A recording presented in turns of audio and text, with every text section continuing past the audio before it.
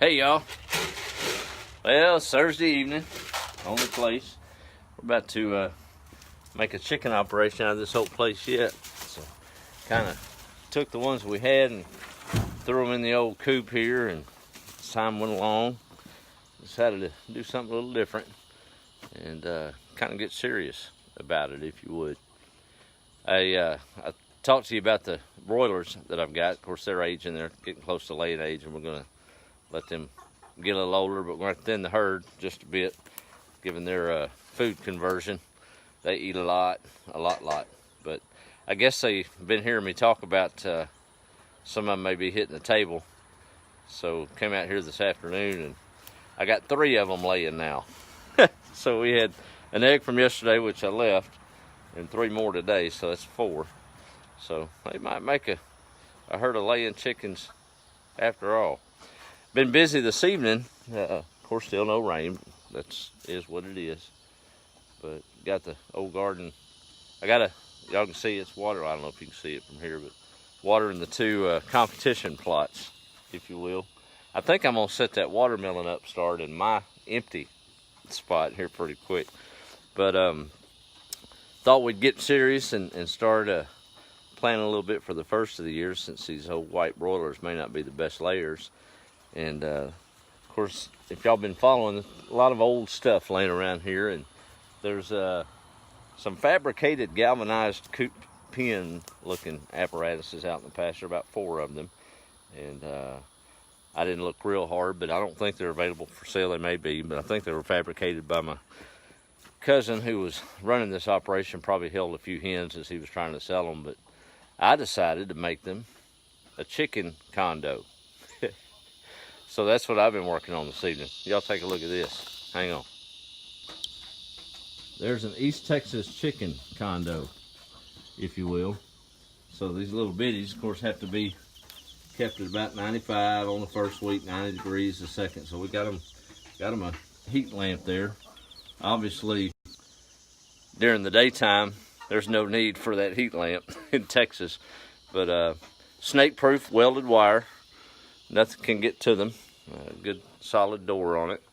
I'm sitting here talking about it. You can't see it, but obviously no snake's going to get through that. Got a good solid wood door. And they're already getting acclimated to the coop. So how cool is that? So there you go. Future layers for sure.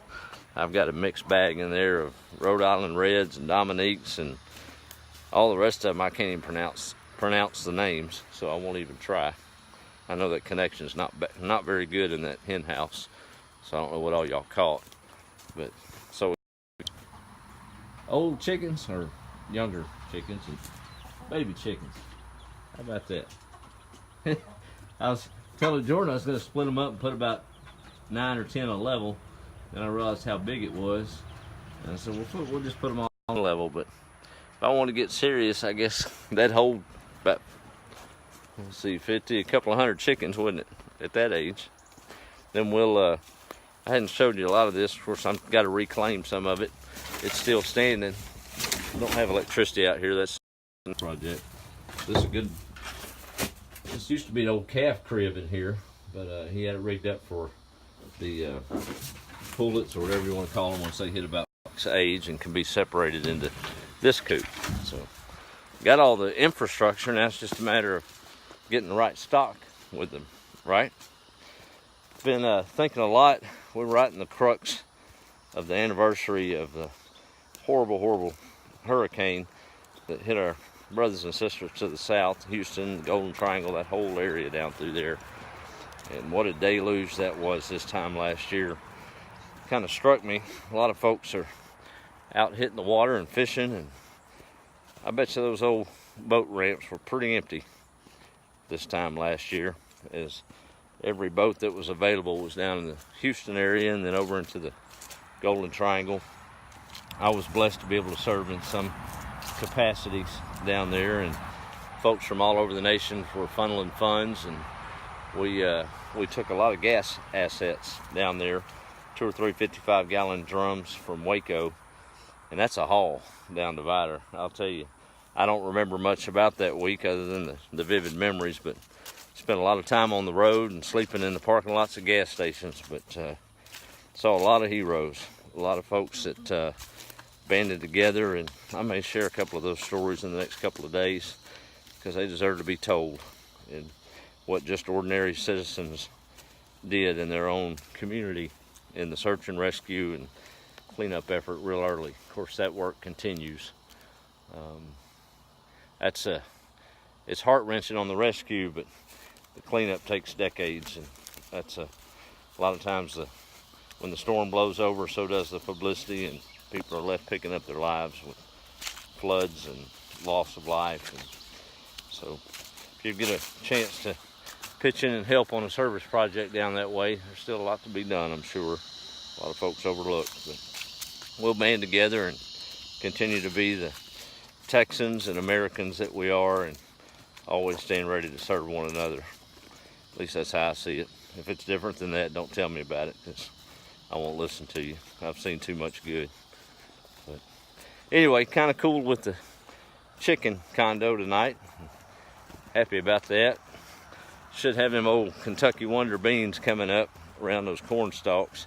See how the Three Sisters Native American method works. I know it'll work good if I do it right, because they were able to survive without our help for a long time, weren't they? But we'll see how that works out. I think Kimberly's coming up this weekend, so ain't no telling what kind of happenings we'll have on the place.